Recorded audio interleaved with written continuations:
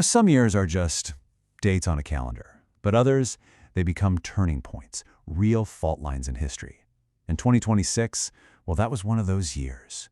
It all started with a regional war that kicked off a chain reaction, a series of crises that ended up completely changing the world as we knew it. So let's trace how it all went down. So here's how we're going to break this down. Our story really has 4 parts. First, we're going to look at the spark, that initial conflict that pretty much set the world on fire. Then we'll get into the fracture, which is all about how a tiny strategic choke point was turned into a global weapon. From there, we'll follow the shockwave as the crisis went global. And finally, we'll explore the realignment, the new world order that basically rose from the ashes of the old one. All right, so let's start at the beginning. How did one regional conflict manage to throw the entire planet completely off its axis? Well, it all kicked off in the final cold days of February 2026. This is when years of a simmering shadow war finally just boiled over and exploded into open warfare. And the escalation? It was just breathtakingly fast. On February 28th, a joint U.S.-Israeli operation called Epic Fury pulled off a massive decapitation strike, killing Iran's supreme leader. Iran's response was immediate and furious. They unleashed this absolute storm of missiles and drones all across the region. But the real game changer? That came on March 4th. By shutting down the Strait of Hormuz, Iran completely changed the battlefield. This wasn't just a military fight anymore. It was now a global economic war. And that leads us right into the next critical phase, the fracture. Now, Iran's strategy here wasn't just some simple military blockade. Oh no, it was way more ambitious. They weaponized the single most important, most vulnerable choke point in the entire global economy. If you want to grasp the sheer scale of this, you only need to remember one number: 20%. A full fifth, 1/5 of the entire planet's oil and natural gas supply flows through this one tiny waterway. It is, and this is not an exaggeration, the jugular vein of the global energy system. Look, the geography here tells the entire story. The Strait of Hormuz is the only way for ships to get from the massive energy fields of the Persian Gulf to the open ocean. That's it. For countries like Qatar, Kuwait, and Iraq, there is literally no other way out by sea. This makes it the ultimate strategic choke point. So how'd they pull it off? It was a really sophisticated, multi-layered strategy. First, they laid down these advanced naval mines. We're talking Maham 3 mines, which float just under the surface and use sensors to find ships, and Maham 7s, which actually sit on the seabed and attack ships from below.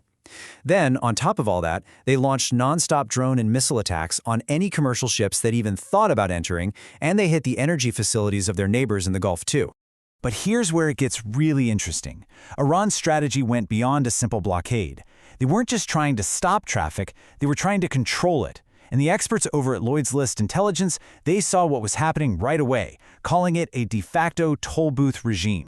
And here's exactly how that toll booth worked. Iran set up what they called a Tehran-approved route that went right through its own waters. They would check out a vessel, and if they liked what they saw, they would charge an enormous fee for safe passage. Get this, in one case that we know of, a Chinese tanker paid a staggering $2 million just to get through.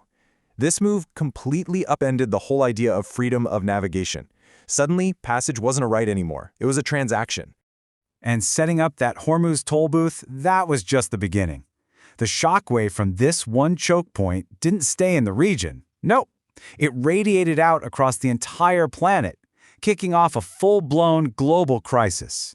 I mean, to put this in perspective, just look at these numbers. The 1973 oil embargo, that took 4.3 million barrels per day off the market. The Iranian Revolution in '79 took off 5.6 million. The Hormuz crisis in 2026, it stranded 20 million barrels per day. This wasn't just another crisis. It was the largest oil supply disruption in modern history, and it wasn't even close.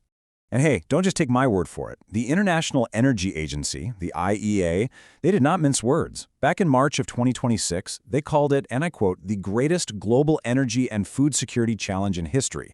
When the IEA uses language like that, you know things are absolutely catastrophic. And that economic contagion just spread everywhere. Oil prices blasted past $120 a barrel. Stock markets tumbled. The entire aviation industry was basically crippled. But it went way beyond just energy. For example, 45% of the world's sulfur, which is a key ingredient in fertilizer, comes from the Gulf. With that supply line cut, fertilizer costs shot through the roof, threatening global food prices. And Europe, which was just getting over one energy crisis, was plunged right back into another one. But for the Gulf states themselves, this was a complete systemic collapse. Their entire economic model, which was built on exporting energy and importing basically everything else, it just shattered. Their oil and gas couldn't get out, 70% of their food imports were cut off, their massive world-class airports were grounded, and maybe most terrifyingly, strikes on their desalination plants threatened their supply of fresh drinking water. This economic collapse then triggered a massive social crisis. The story the Gulf had told the world for decades, that it was this permanently safe, stable hub for global talent and investment, that story was shattered. As one think tank put it, the perception of safety was irrevocably shaken. And that led to what's now called the Great Gulf Exodus, a mass departure of the very foreign workers the region relied on to function. And we're not talking about a trickle of people. By the middle of March alone, over 220,000 Indian nationals had been brought home. And these weren't just laborers. This group included a huge percentage of the skilled professionals, the engineers, the doctors, the business owners, who made the modern Gulf economies tick. This was a brain drain on a scale nobody had ever seen before. So all this chaos, the energy shock, the economic fallout, the mass exodus from the Gulf, it acted like a giant catalyst. You see, the 2026 crisis didn't create a new world order from scratch. What it did was hit the accelerator on a global power shift that was already happening, pushing the world away from a single superpower and towards something much more complex and much more competitive. So this slide really lays out the two competing visions for the world. On one side, you have the established, US-led rules-based order, which is built on Western institutions and a dollar-dominated economy. And on the other side, you've got this emerging multipolar vision, championed by the BRICS bloc, which prioritizes things like national sovereignty, strategic autonomy, and finding alternatives to the US dollar. And the engine driving this new order was the expanded BRICS group, what some people started calling BRICS 2.0. As more and more influential countries like Nigeria, Turkey, and Malaysia signed up, its sheer scale became undeniable. I mean, the numbers really speak for themselves. This new coalition came to represent over half the world's population, more than 40% of its economic output, and a commanding 45% of global oil production. And the reason they grew so big so fast was because of this really clever structure they created. It wasn't some all-or-nothing club. They made a tiered system with everything from core members down to partners and even observer states. This flexibility let dozens of countries align with the bloc at their own speed, which allowed it to expand its influence incredibly quickly without getting bogged down in bureaucracy. An analyst named Selçuk Aydin just captured the moment perfectly.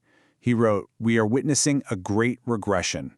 The world is retreating from the promise of global cooperation and spiraling toward the raw, realist power politics of the 19th century. This wasn't just a crisis, it was the formal, final end of the post-Cold War era." Which leaves us with the one defining question of our time. The old rulebook, it's gone. In this new world of competing powers, with all these different centers of gravity, who gets to write the new rules? And what on earth will they look like?